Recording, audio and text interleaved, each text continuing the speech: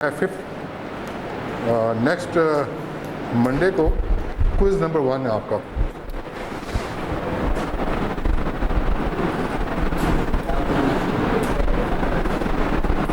और डेट क्या है? 5 अक्टूबर मंडे में।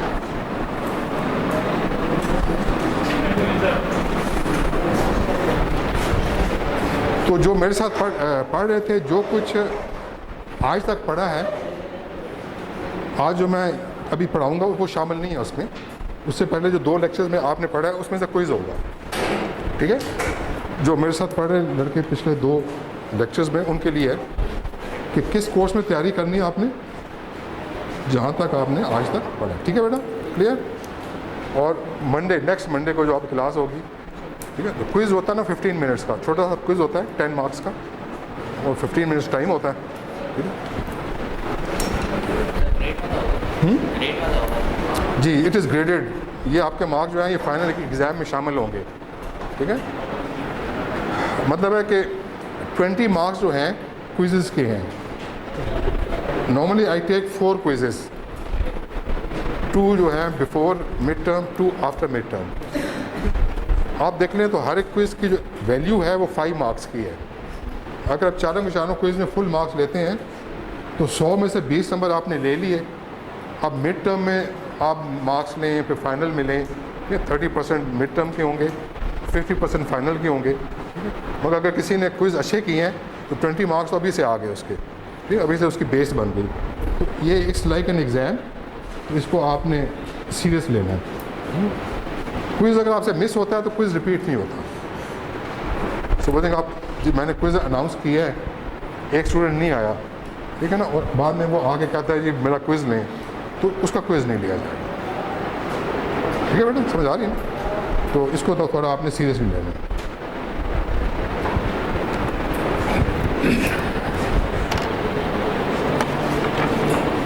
तो आज हमने पढ़ना है रेजिस्टेंस।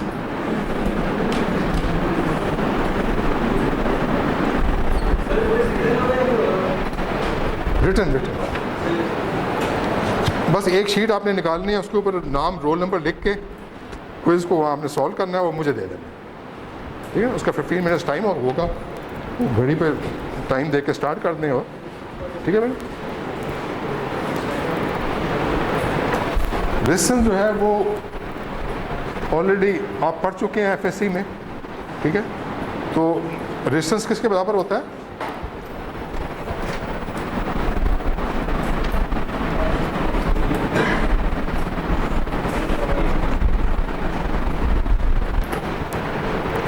रो एल ओवर ए, यही पढ़ा हुआ है ना, ठीक है। और रो जो है वो होती है रेजिस्टिविटी,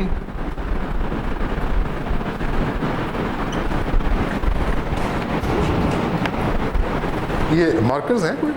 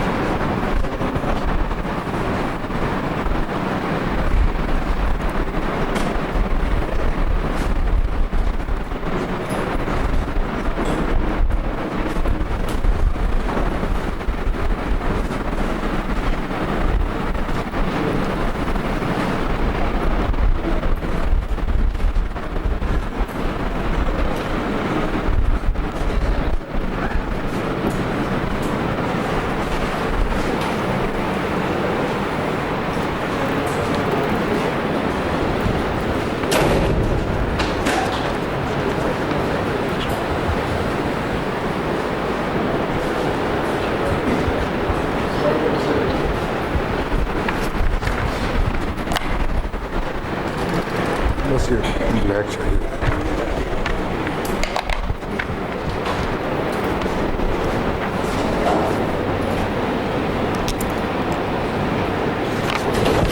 तो रेजिस्टेंस होता क्या है? What is resistance? जी ठीक है, अपोज करना। सो whenever current flows through a conductor, so basically what is current? It is flow of electrons, ठीक है ना। तो मैंने आपको बताया था जो फ्री इलेक्ट्रॉन्स जो जनरेट होते हैं, अगर वोल्टेज अप्लाई की जाए अक्रॉस तो क्या होगा कि सारे के सारे इलेक्ट्रॉन्स रश करेंगे टूवर्ड्स पॉजिटिव टर्मिनल, ठीक है। जब वो रश करेंगे टूवर्ड्स पॉजिटिव टर्मिनल, हम कहते हैं करंट फ्लो कर रही है। मगर होता ये है कि जहाँ से भी एक इलेक्ट्रॉन जो है वो निकल जाता है फ्रॉम द पेरेंट एटम, तो वो पॉजिटिव आयन पीछे रह जाता है, वो अपनी जगह पे क्या कर रहा होता है, ऑसिलेट कर रहा होता है। बाकी एटम भी होते हैं जिसमें से वो आपका इलेक्ट्रॉन नहीं निकला, वो भी अपनी अपनी जगह पे क्या कर रहे होते हैं, ऑसिलेट कर रहे होते हैं। टेम्परेचर ज़्यादा होगा तो ज़्यादा ऑसिलेट करेंगे, टेम्परेचर कम होगा तो कम ऑसिलेट करेंगे। तो क्या होता है जब ये इलेक्ट्रॉन्स रश कर रहे हैं, they are passing through the conductor, so what is happening कि उनकी टक्कर हो जाती है। किससे होती है टक्कर? वही जो एटम जो है वाइब्रेट उससे टक्कर होती है। उससे क्या होता है, फ्रिक्शन। और जहाँ फ्रिक्शन होती है वहाँ क्या होता है, हीट इज़ प्रोड्यूस्ड, ठीक है। तो ये चीज़ हम कहते हैं कि रेजिस्टेंस ऑफर हो रहा है to the flow of current, ठीक है ना, उसकी राह में रुकावट डाल रहे हैं, ठीक है ना। अब रेजिस्टेंस जो है वो डिपेंड करता है ऑन 4 फैक्टर्स। कौन कौन से हैं 4 फैक्टर्स?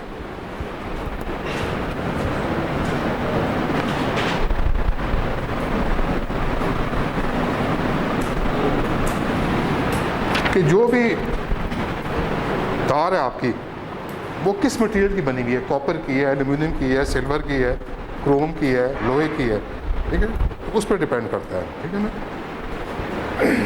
उसके बाद it depends on the length.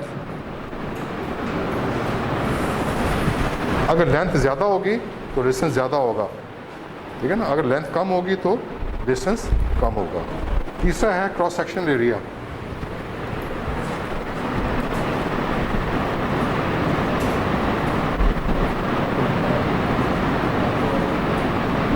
In CM is circular mills. Circular mills वाली टर्म जो है अभी तक आपने शायद ना पढ़ी हो FSC में, तो वो अभी एक्सप्लेन करूँगा आपको, ठीक है, कि सर्कुलर मिल कहाँ से होता है, क्यों यूज़ करते हैं इसको हम। चौथा फैक्टर को बता सकता है? Resistance of a material depends on 4 factors, 4 things. 3 मैंने बोर्ड पे लिख दी हैं जी। नेचर ऑफ वायर, नेचर में वो आ गया ना मटेरियल, एक मटेरियल हो गया, एक लेंथ हो गई, क्रॉस सेक्शनल एरिया है, नहीं, टेम्परेचर, बिल्कुल। The 4th thing is temperature. फॉर्मूले में टेम्परेचर मेंशन नहीं है,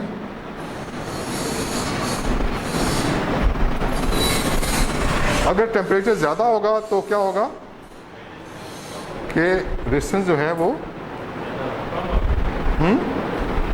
टेम्परेचर ज़्यादा होगा तो रेजिस्टेंस ज़्यादा होता है कंडक्टर्स में, ठीक है ना। रेजिस्टेंस कम होगी तो टेम्परेचर कम होगा तो रेजिस्टेंस, ठीक है ना। तो जब आप कोई सवाल करते हो तो आपको स्पेसिफाई करना पड़ता है कि at what temperature you are working. अगर आप लैब में काम कर रहे हैं तो लैब का टेम्परेचर अगर 20 डिग्री सेंटीग्रेड है तो आपको लिखना पड़ेगा कि मैं ये जो कैलकुलेशंस कर रहा हूँ कैसे कर रहा हूँ, इस वक्त क्या टेम्परेचर है 28, मतलब रूम टेम्परेचर जो भी है उसको आपने मेंशन करना होगा। तो रूम टेम्परेचर नॉर्मली कुछ बुक्स 25 डिग्री सेंटीग्रेड लेती हैं, कुछ बुक्स का लेती हैं 20 डिग्री सेंटीग्रेड। तो बहरहाल जो भी होगी वो मेंशन होगी। तो रो जो है इट इज़ रेजिस्टिविटी, ये हर मेटल की डिफरेंट होती है। फॉर एग्जांपल कॉपर जो है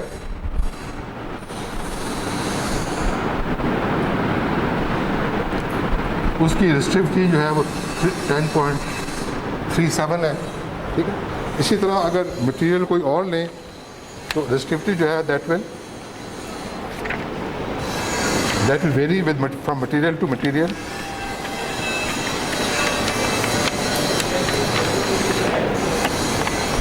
अगर सिल्वर हो, ये क्या चीज़ है, ये फॉर्मूले में जो रो डाला है उसको क्या कहते हैं, रेजिस्टिविटी। ये उसकी वैल्यू है, ये दिस वैल्यू इज़ गिवन। जब कोई न्यूमेरिकल आपको दूंगा तो वो ये वैल्यू वहाँ दी होगी, आपको याद करने की ज़रूरत नहीं है, ठीक है। अगर सिल्वर है तो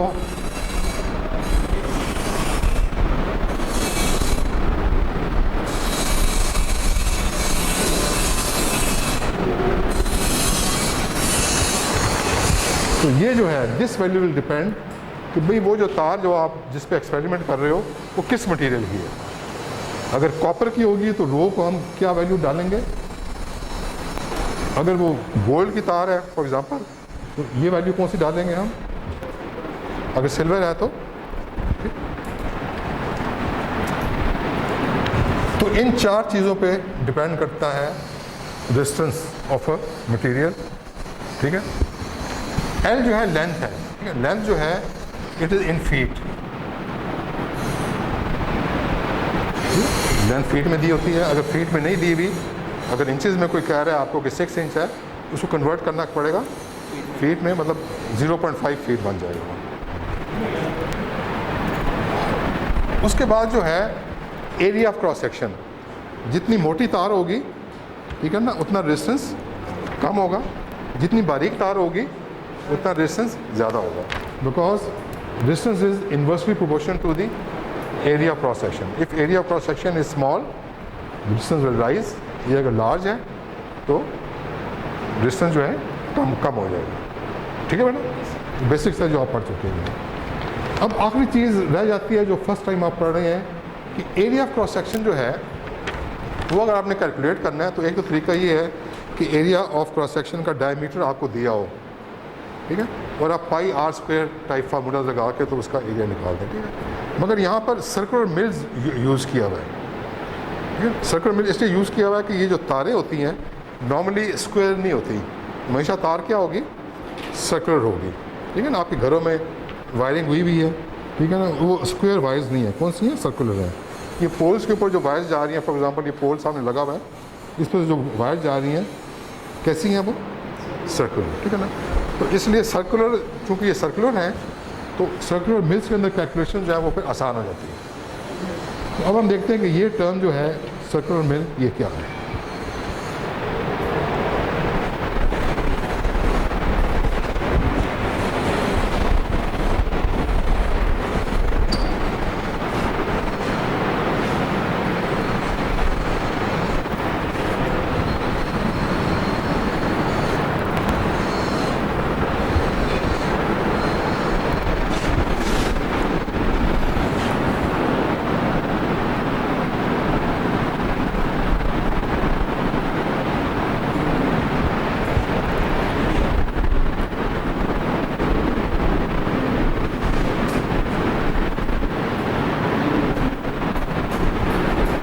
मिल्स एक नया यूनिट है जो आपको मैं इंट्रोड्यूस करा रहा हूँ।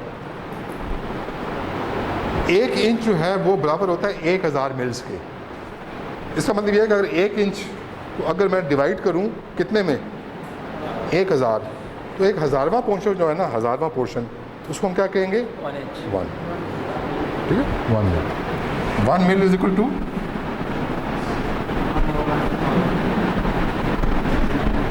इंच का 1000वां हिस्सा। अब नॉर्मली जो आप फुट यूज़ करते हो घरों में, फुटा 12 इंच का ऐसे होता है ना, उसका 1 इंच जो है वो कितने हिस्सों में डिवाइड होता है नॉर्मली,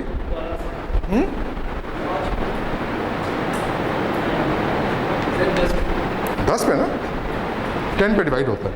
जो 5th होता है, आप देखो लाइन थोड़ी सी बड़ी सी होती है, तो 1 इंच को उसने कितने में डिवाइड किया है।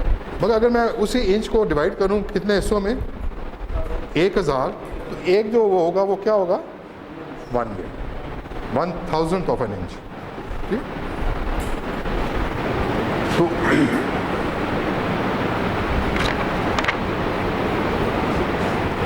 अगर हम एक वायर लें,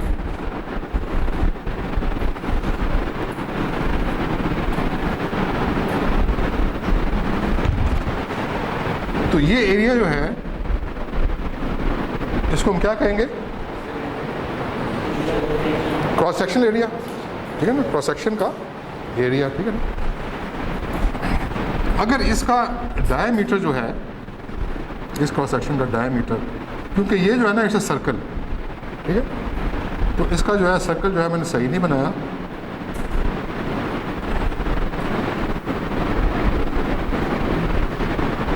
इसका अगर डायमीटर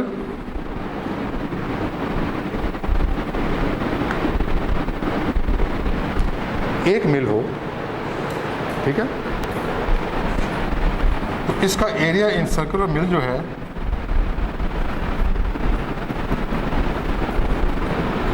इसके बराबर।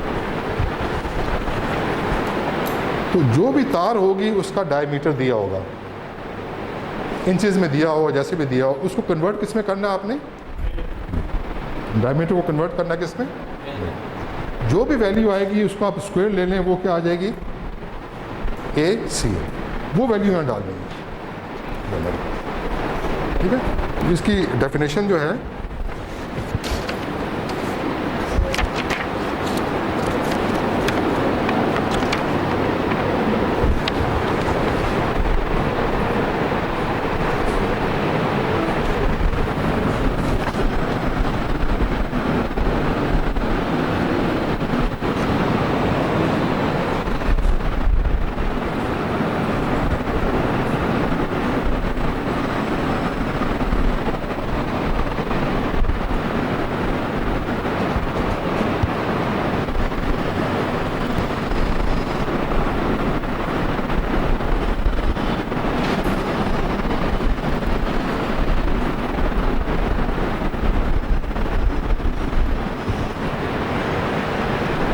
तो अगर ये डायमीटर जो है वो 1 मिल के बराबर हो तो हम कहते हैं ये क्रॉस सेक्शनल एरिया किसके बराबर है?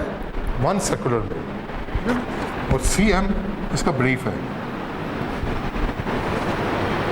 ठीक है, नहीं समझ आई? अगर इसका डायमीटर जो है अगर एक मिल है तो ये जो क्रॉस सेक्शनल एरिया है this is known as 1 circular mil. This इसका नाम उन्होंने बाय डेफिनेशन क्या रखा हुआ है? 1 सर्कुलर। अभी इसके कुछ न्यूमेरिकल्स करेंगे और ये वैल्यूज़ डालेंगे तो थोड़ा सा आपको और क्लियर होगा, ठीक है।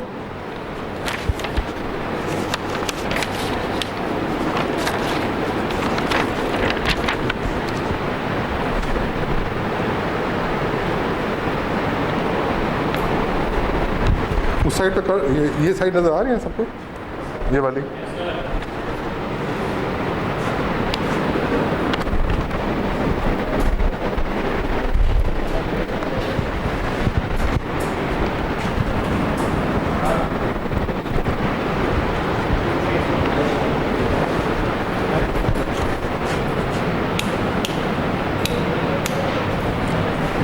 ठीक है।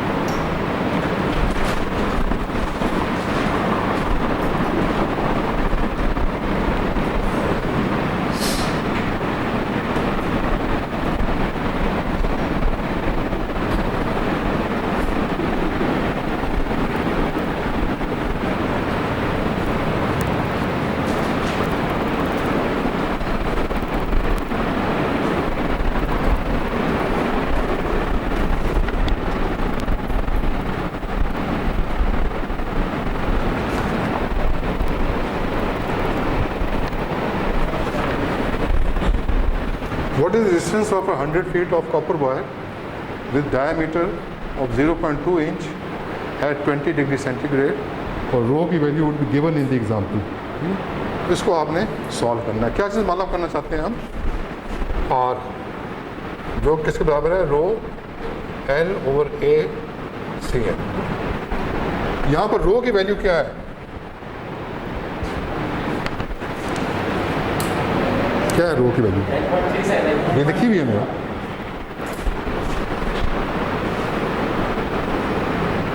लेंथ कितनी है? 100 फीट।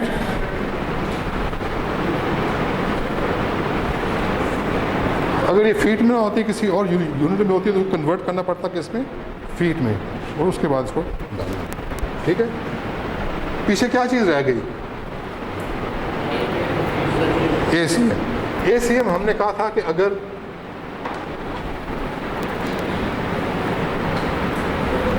डायमीटर जो है तार का अगर हमें पता चल जाए मिल्स में, ठीक है, तो उसको हम इसमें डालें तो उसका स्क्वायर करें, वो क्या निकल आएगा? AC। ठीक है, मगर डायमीटर उसने मिल्स में नहीं दिया हुआ। किस में दिया हुआ है? डायमीटर किस में दिया हुआ है? इंचेस में ना। हमें मालूम है कि 1000 मिल्स इज इक्वल टू, तो 0.020 इंच कितने मिल्स के बराबर होंगे? 0.20 को मल्टीप्लाई करें 1000 से, तो जवाब क्या आ जाएगा? 20।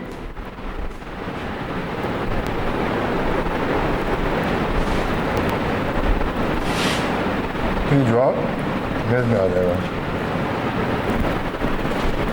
अगर मैं फॉर्मूले में 20 डालूं तो क्या आंसर आएगा?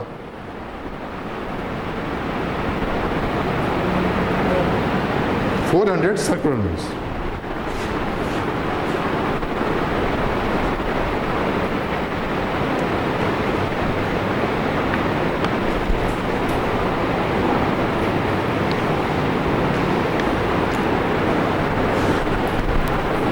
इसको आप सॉल्व करें, ठीक है, तो आपका जवाब आएगा 2.59 ओम्स।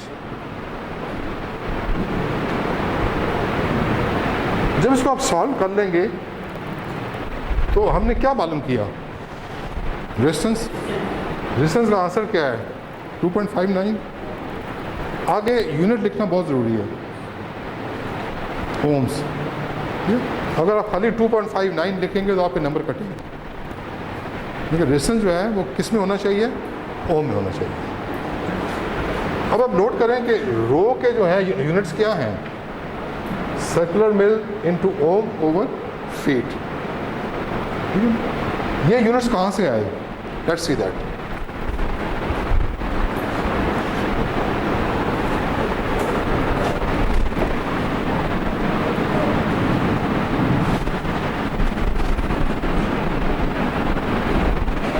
अगर मैंने रो मालूम करना हो और बाकी सब चीज़ें दी हों तो फॉर्मूला क्या बन जाएगा?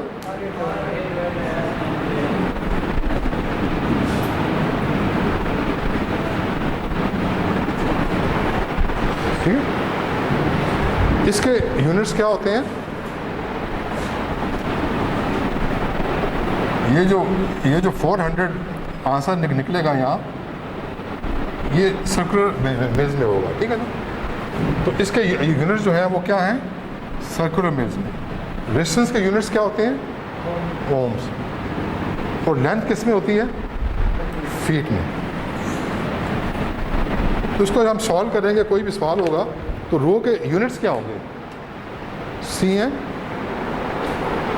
Ohms into over feet. यहाँ पर दिया हुआ है तो आप कंफ्यूज होंगे कि ये क्या लिखा हुआ है सारा। ठीक है ना, ये यूनिट यहाँ से बन जाते हैं। ठीक है, अब जो हमारा ओरिजिनल फार्मूला है R, ठीक है ना, इसके अंदर अगर हम देखें तो रो किसके बराबर है?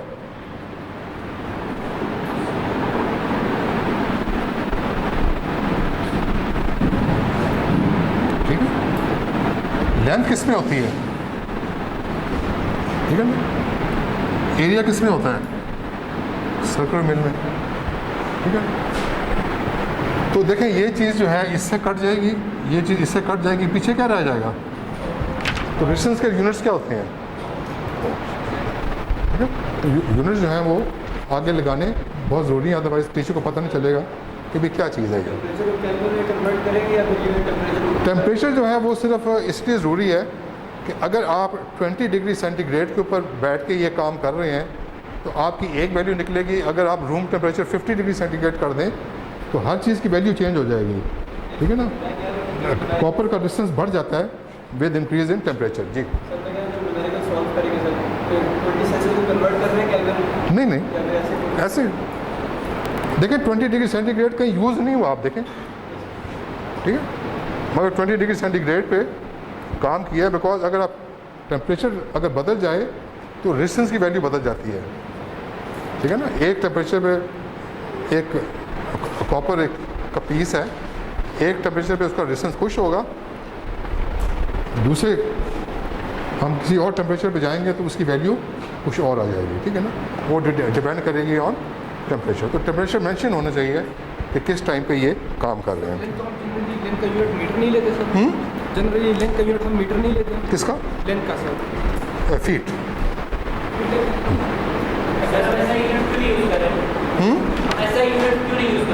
ये एक एक्चुअली इंग्लिश बुक हम यूज़ कर रहे हैं तो उसने अभी तक ब्रिटिश सिस्टम बीच में डाला हुआ है। मैंने आपसे कहा था ना कि दुनिया में सिस्टम जो है बन चुके हैं सारे, but still some people they are still using, ठीक है ना। कोई इंग्लिश सिस्टम यूज़ कर रहा है, कोई मैट्रिक कर रहा है, मगर जो भी कर रहा है आपका उसके मुताबिक काम कर लें, बस और कुछ भी नहीं। दूसरी बात इंपॉर्टेंट ये है कि इस किस्म की चीज़ें जो हैं उसको रटने की ज़रूरत नहीं है, ठीक है ना। वो दी होंगी किस में, न्यूमेरिकल के अंदर, ठीक है ना, कि ये चीज़ जो है वो इसके बराबर है।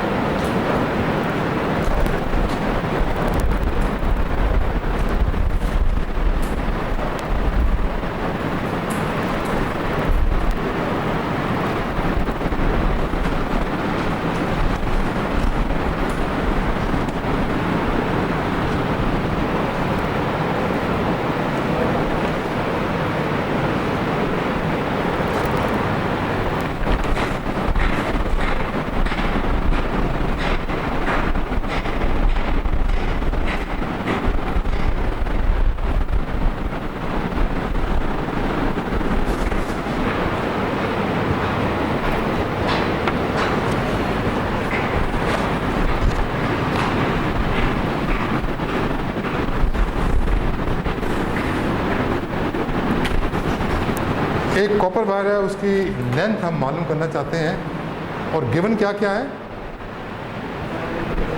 रो दिया हुआ है, रेजिस्टेंस दिया हुआ है, ठीक है, और डायमीटर दिया हुआ है, ठीक है। तो हमने मालूम क्या करना है, लेंथ L, तो L इज इक्वल टू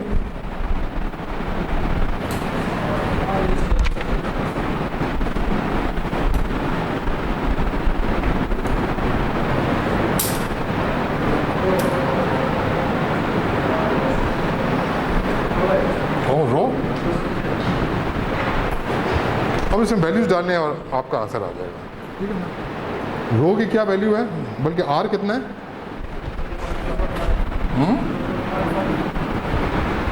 ये ओम में है, ठीक है। अगर ये मिली ओम में होता तो इसको कन्वर्ट करना पड़ता ओम में। ACM जो है वो हमने मालूम करना है और डालना है वैल्यू यहाँ, और रो किसके बराबर है। अब ACM का हमें पता है कि किसके बराबर होता है, अगर डायमीटर इन मिल मालूम हो तो उसको हम स्क्वायर कर लें, ठीक है, तो वो वैल्यू हम डाल सकते हैं। अब डायमीटर तो मिल में नहीं दिया हुआ, इंचेस में दिया हुआ है, उसको कन्वर्ट करना है किस में, मिल में। तो डायमीटर जो है वो 1/16 इंच है, ठीक है। वो ये हो जाता है 0.06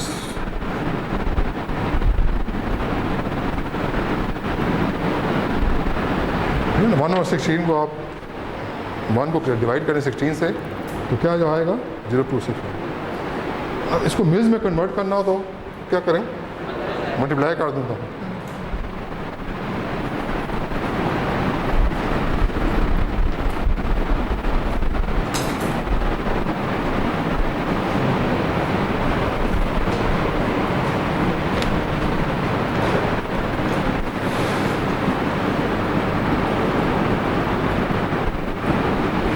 $62.5 मिल्स।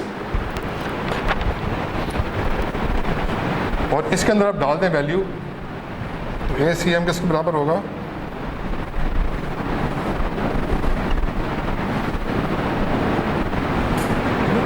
तो ये वैल्यू अगर मैं यहाँ पुटअप कर दूँ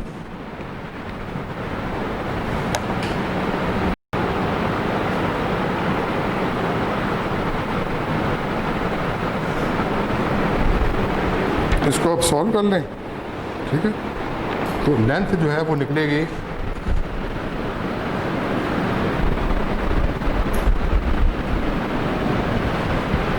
ठीक,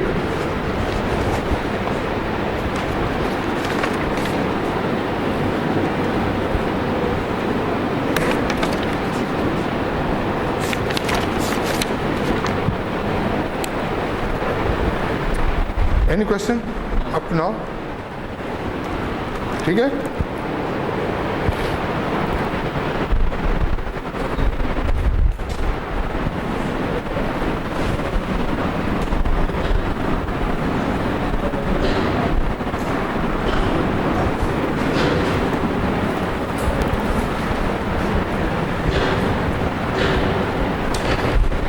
अभी हम थोड़ा सा देख लेते हैं effect of temperature on different type of materials.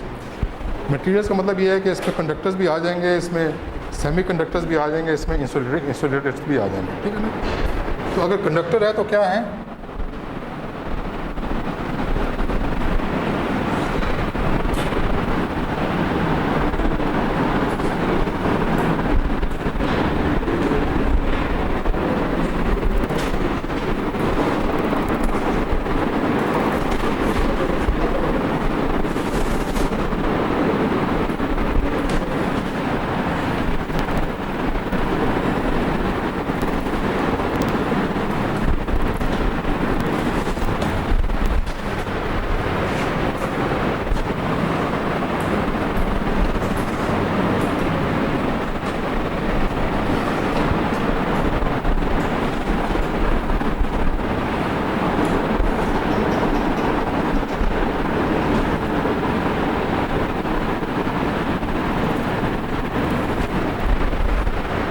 Conductor जो है वो जब टेम्परेचर इंक्रीज हो तो क्या होता है, उससे उसका रेजिस्टेंस क्या होता है, बढ़ता है कम होता है, बढ़ता है। उसकी वजह यह है कि वो जो एटम्स हैं वो जो टेम्परेचर इंक्रीज होगा तो एटम जो है वो ज़्यादा वाइब्रेट करना शुरू कर देते हैं, ठीक है ना। पहले तो थोड़ा थोड़ा वाइब्रेट कर रहे थे, अब वो ज़्यादा वाइब्रेट कर रहे होते हैं, ठीक है। अब ज़्यादा वाइब्रेट करेंगे, जब इलेक्ट्रॉन्स फ्लो करेंगे तो ज़्यादा चांसेस हैं उनको हिट करें, उनको ब्लॉक करें। इसका मतलब रेजिस्टेंस इंक्रीज कर रहे हैं ना वो, इसका मतलब है with increase in temperature conductor का रेजिस्टेंस इंक्रीज होता है। इस किस्म की एलिमेंट्स जो उनका टेम्परेचर इंक्रीज हो विद इंक्रीज इन टेम्परेचर, उसमें क्या कहते हैं, they have got positive temperature coefficient. ये पढ़ा भी होगा आपने पहले, ठीक है ना। और अगर इसको ग्राफिकल फॉर्म में देखें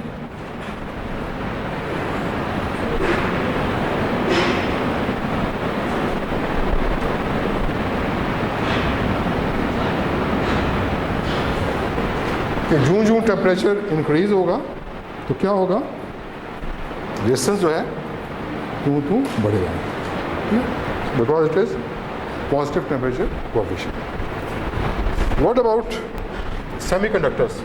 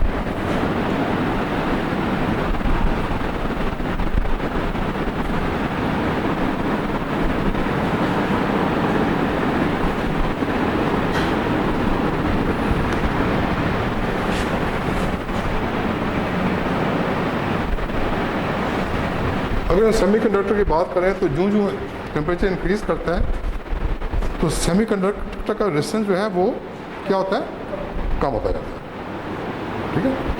और ऐसे जो है सब्सटेंस उनको क्या कहते हैं हम, they have what, negative temperature coefficient, मतलब जूँ जूँ टेम्परेचर इंक्रीज़ करेगा तू क्या होगा, रेजिस्टेंस कम होता जाएगा, तो उसका एरो जो है वो इस तरह बनता है, ठीक है। तीसरी कौन सी चीज़ होती है, insulators. Insulator is exactly as semiconductor.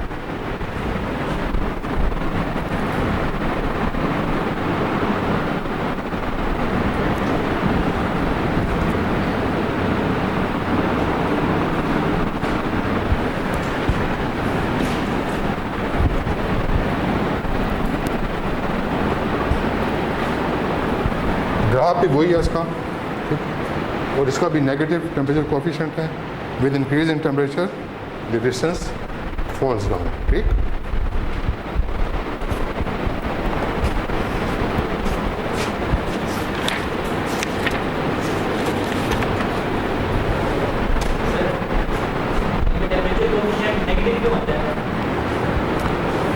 ये सेमीकंडक्टर्स के अंदर ये होता है कि जब टेम्परेचर इंक्रीज़ करता है तो फ्री इलेक्ट्रॉन्स ज़्यादा बन जाते हैं उसमें। जब फ्री इलेक्ट्रॉन्स ज़्यादा होंगे, ठीक है, ज़्यादा बनेंगे तो फिर उसका जो है रेजिस्टेंस वो कम होता जाता है। जितने फ्री इलेक्ट्रॉन्स ज़्यादा होंगे उतना रेजिस्टेंस कम होगा, ठीक है। और इंसुलेटर के अंदर भी यही है, ठीक है। और उसमें क्या होता है कि वो जो सेमीकंडक्टर्स हैं उसके एटम इतने ज़्यादा वाइब्रेट नहीं कर रहे होते, थोड़ा कम कर रहे होते हैं, ठीक है ना। तो वाइब्रेशन अगर थोड़ी इंक्रीज़ भी होती है मगर उसके मुकाबले में इलेक्ट्रॉन जो हैं बहुत ज़्यादा जनरेट हो जाते हैं। तो ओवरऑल इफेक्ट क्या होता है कि resistance of semiconductor decreases with increase in temperature. Insulator की भी कोई इस तरह की कहानी है, ठीक है।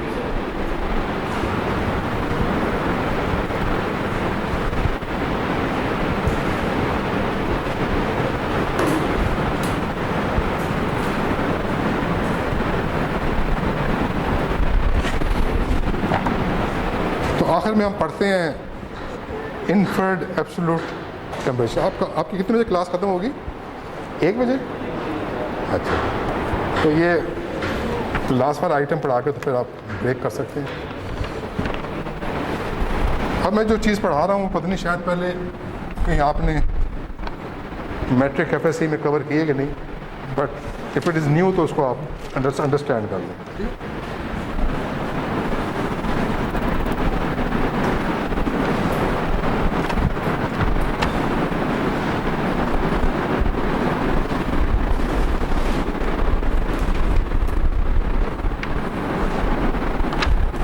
इनफर्ड एब्सोल्यूट टेम्परेचर, तो बहुत सारा हमें कैलकुलेशंस करनी पड़ जाती हैं कि अगर एक लेंथ ऑफ वायर है कॉपर की, ठीक है, उसका 20 डिग्री सेंटीग्रेड पे उसका रेजिस्टेंस जो है वो 1.2 ओम्स है, ठीक है। तो बताएं कि 100 डिग्री सेंटीग्रेड पे उसका रेजिस्टेंस क्या होगा। तो उसके लिए फिर हमारे पास फार्मूलाज हैं, फार्मूलाज यूज़ करते हैं, मगर उस फार्मूले में थोड़ी सी लिमिटेशंस हैं, इसलिए हमें फार्मूला जो है उसको मॉडिफाई किया हुआ है या उसको बनाया हुआ है। तो अब देख लें कि व्हाट इज़ द रीज़न कि ये जो है इनफर्ड एब्सोल्यूट टेम्परेचर्स को हम स्टडी करें। एब्सोल्यूट टेम्परेचर कौन सा होता है, वैल्यू क्या होती है, वैल्यू -273, -273, ठीक है। -273 का मतलब ये है कि सपोजिंग मेरे लैब के अंदर मैं बैठा हुआ हूँ और मैं क्या कर रहा हूँ कि एक मैंने कॉपर वायर ली हुई है, उसके क्रॉस मीटर लगाया हुआ है, मैं टेम्परेचर को कम करी जा रहा हूँ, तो क्या होगा, रेजिस्टेंस जो है कम नहीं हो जाएगा, ठीक है ना। Till the time I will reach 0 degree centigrade, उससे भी कम करूँगा तो क्या हो जाएगा, -1, -2, -3, -3, 4, ठीक है ना। नेगेटिव होता है टेम्परेचर। आप कहते हो कि गिलगित का -18 हो गया है रशिया में, आप कूल करते जाएं, एक लिमिट आ जाएगी, उससे बियॉन्ड आप कूलिंग नहीं कर सकते। वो लिमिट कौन सी है, -273। मगर एक मसला ये है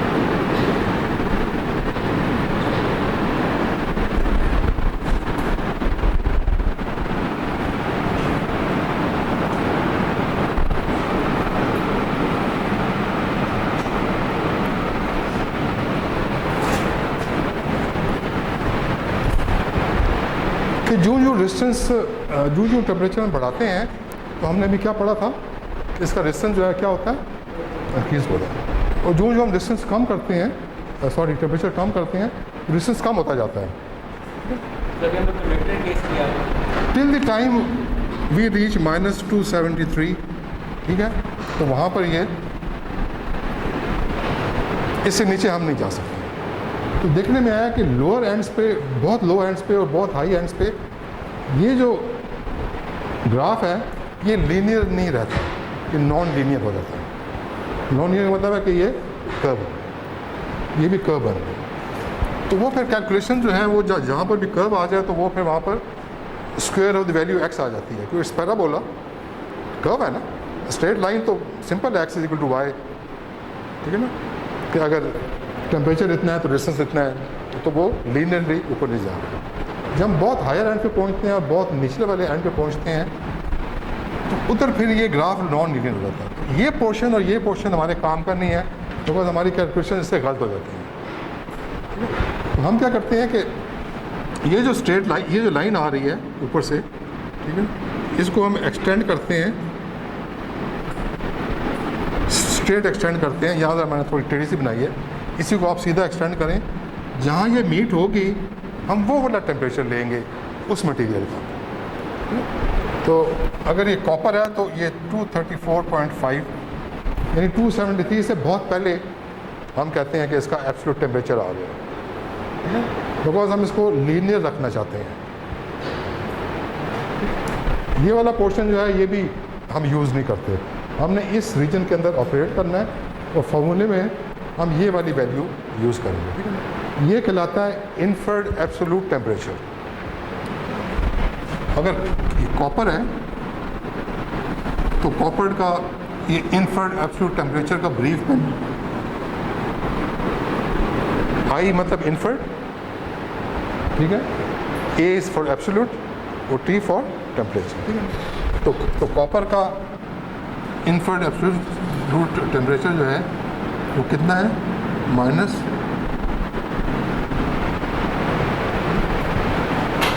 अब हम फॉर्मूला यूज़ करें जहाँ पर अगर R1 की इतनी वैल्यू है और टेम्परेचर इतना है, अगर टेम्परेचर इंक्रीज़ कर जाए तो R2 क्या होगा, उस तरह के जो फार्मूलेज वगैरह हैं जो हैं उसको फिर हम अब इस्तेमाल कर सकते हैं और हम ये वाली वैल्यू वहाँ पे इस्तेमाल करेंगे। ठीक है ना, तो जो फार्मूला यूज़ होता है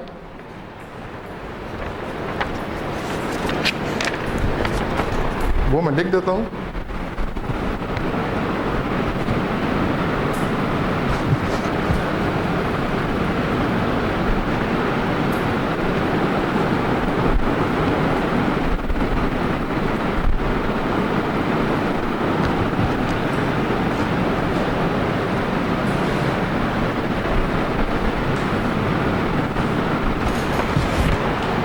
ये जो दो लाइन के दरमियान जो वैल्यू टेम्परेचर दी हुई है ये किसकी है, ये चीज़ यहाँ रिपीट हुई हुई है।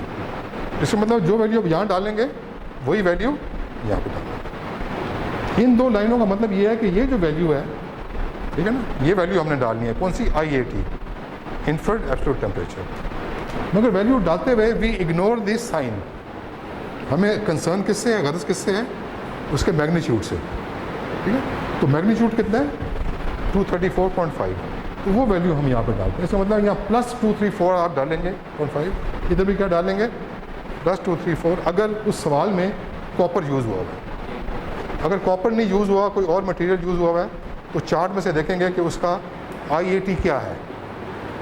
तो जो भी एग्जांपल होगी आपने सॉल्व करनी है कि उसमें ये गिवन होगी, आपको ज़ुबानी याद नहीं रखनी।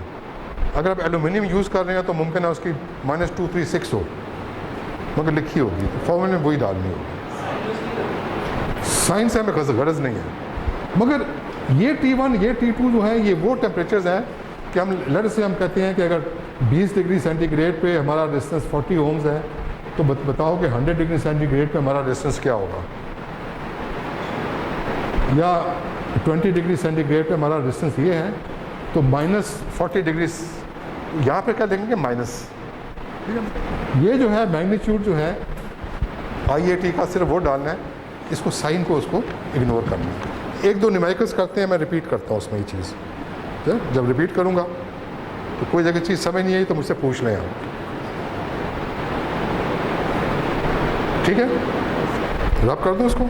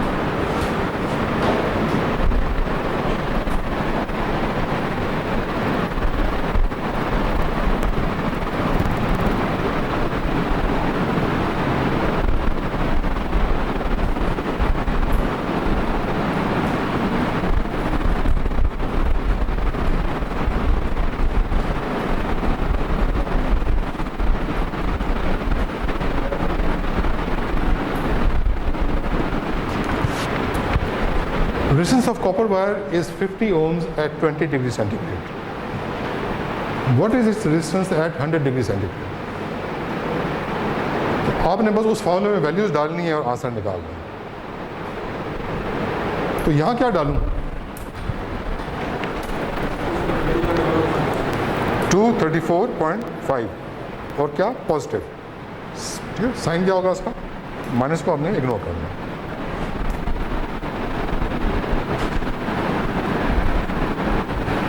T1 पे क्या डालूं? बिल्कुल सही।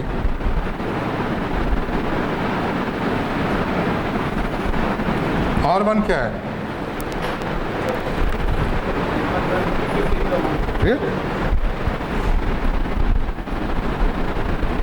इधर क्या डालूं? इसी को रिपीट करें, यही चीज दोबारा।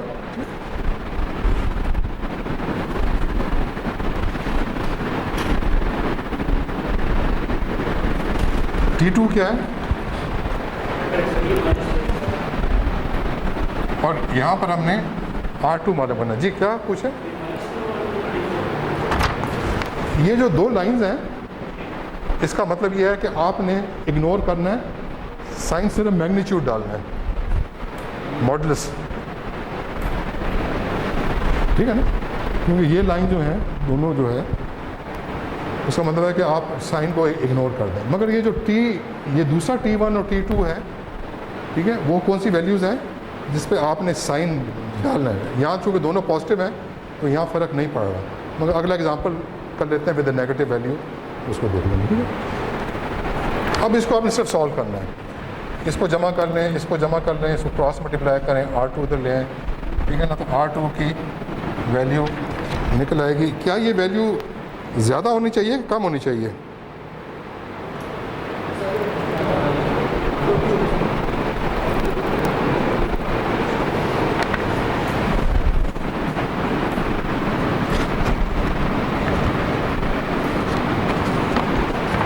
पहले पहले 50 ओम था, अब चूँकि टेम्परेचर इंक्रीज़ हुआ है तो हमने पहले पढ़ा है कि जब टेम्परेचर इंक्रीज़ होता है डिस्टेंस बढ़ता है, ठीक है ना। ये 65.72 जो है, जब आप इसको सॉल्व कर लेंगे और जवाब 65.72 आ जाएगा तो थोड़ी सी आपको ये भी थोड़ा सा रहेगा हौसला कि आपका सवाल ठीक ही लग रहा है। क्यों ठीक लग रहा है?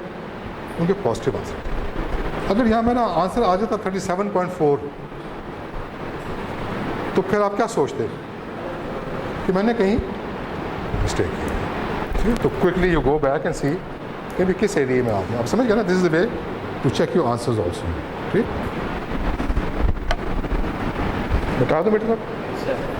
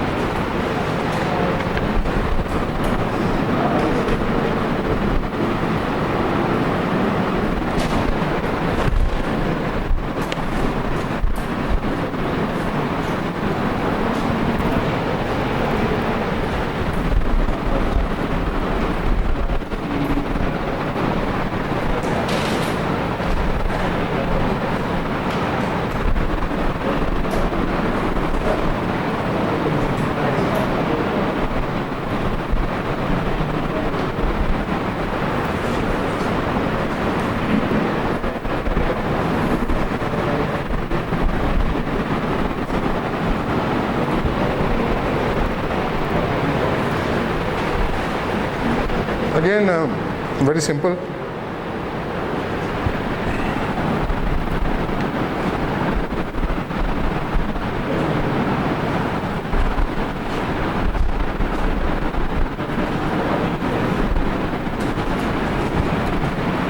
ठीक है,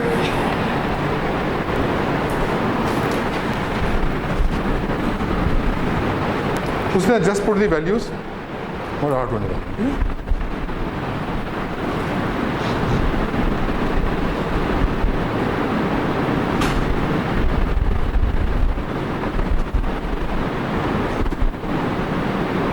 यहाँ पर क्या होगा?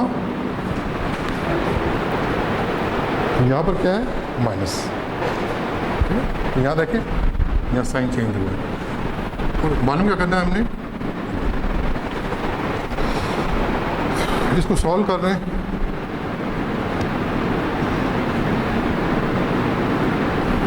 तो देखने में आपको ये सवाल सही लग रहा है, गलत लग रहा है? सही लग रहा है, बिकॉज नेगेटिव है ना टेम्परेचर, तो उसको नीचे गिरना चाहिए। ये इसका आंसर है। एक और डिफरेंट चीज़ कैलकुलेट करनी हो, एक वो कर लेते हैं। नहीं, इसको सेंटीग्रेड में रखना है, डिग्री सेंटीग्रेड में, जैसे दिया मैंने वैसे ही आपने रखना है। हाँ, फिर मगर नॉर्मली जिस तरह के न्यूमेरिकल जैसे क्लास में करा रहा हूँ, उसमें हम मेजर चेंज इसलिए नहीं करते कि फिर ज़रा मुश्किल हो जाता है स्टूडेंट के लिए, क्योंकि ये फील्ड जो है वो बहुत बड़ी फील्ड है, ठीक है ना। इसमें अगर थोड़ा सा भी मैं चेंज करूँ तो मुश्किल हो जाएगा, ठीक है ना। तो इसी तरह के सवाल होंगे, छोटी मोटी चेंजेस ऐसी होंगी जो लॉजिकल किस्म की होती हैं, जो आप अंडरस्टैंड कर लेंगे, ठीक है। तो अगर आप खाली नोट्स भी रख लें अपने पास, क्लास में रेगुलर नोट्स में, एग्ज़ाम्स में उसकी तैयारी करें, तो you can get very good marks. अगर बुक से तैयारी करें तो वो और भी अच्छा है। तो खाली नोट से करें, बशर्ते कि बीच में कोई चीज़ मिस ना करें, कोई लेक्चर मिस ना करें, फिर वो ये होगा कि वो चीज़ अगर एग्ज़ाम में आती है तो आप नहीं कर सकेंगे, ठीक है। ये मिटा दो बेटा। एक आखिरी न्यूमेरिकल करते हैं, फिर यू कैन ब्रेक ऑफ।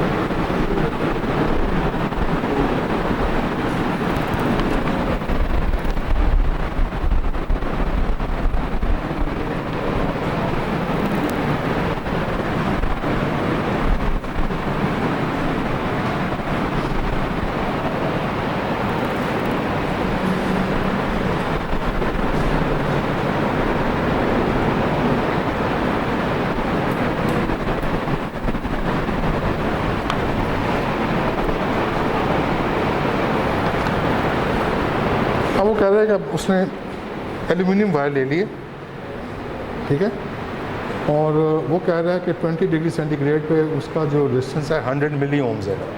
मिली का मतलब है कि 100 इंटू 10 पावर -3 ओम्स।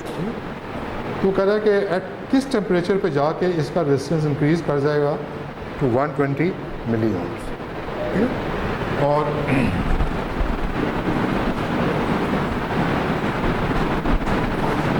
एल्यूमिनियम का शॉर्ट एल होता है,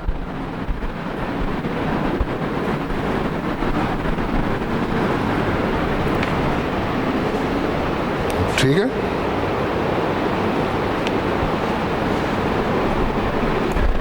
तो just put the values in the formula and you get the answer.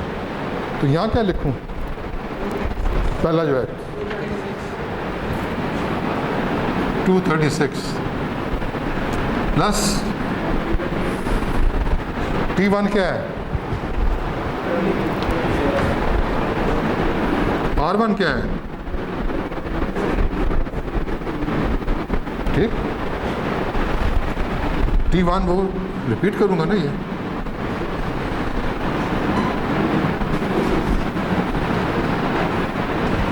Eight what temperature, तो हमने T2 मालूम करना है, और R2 वो कहता कितना हो जाएगा,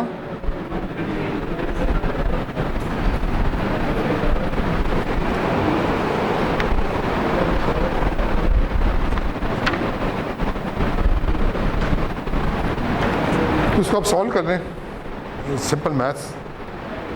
तो T2 देखें, अगर मैं टेम्परेचर 20 डिग्री सेंटीग्रेड से इंक्रीज़ करूँ 71.2, तो तब इसका जो है रेजिस्टेंस इंक्रीज़ करेगा टू 100 मिली से 120। तो ये आंसर जो है ये आपको इसलिए सही लग रहा है कि टेम्परेचर की वैल्यू क्या आनी चाहिए थी, ज़्यादा, बिकॉज रेजिस्टेंस जो है वो क्या हो रहा है, इंक्रीज़ हो रहा है, ठीक।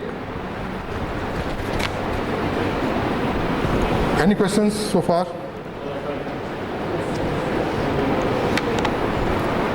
तो ठीक है बेटा, ब्रेक ऑफ।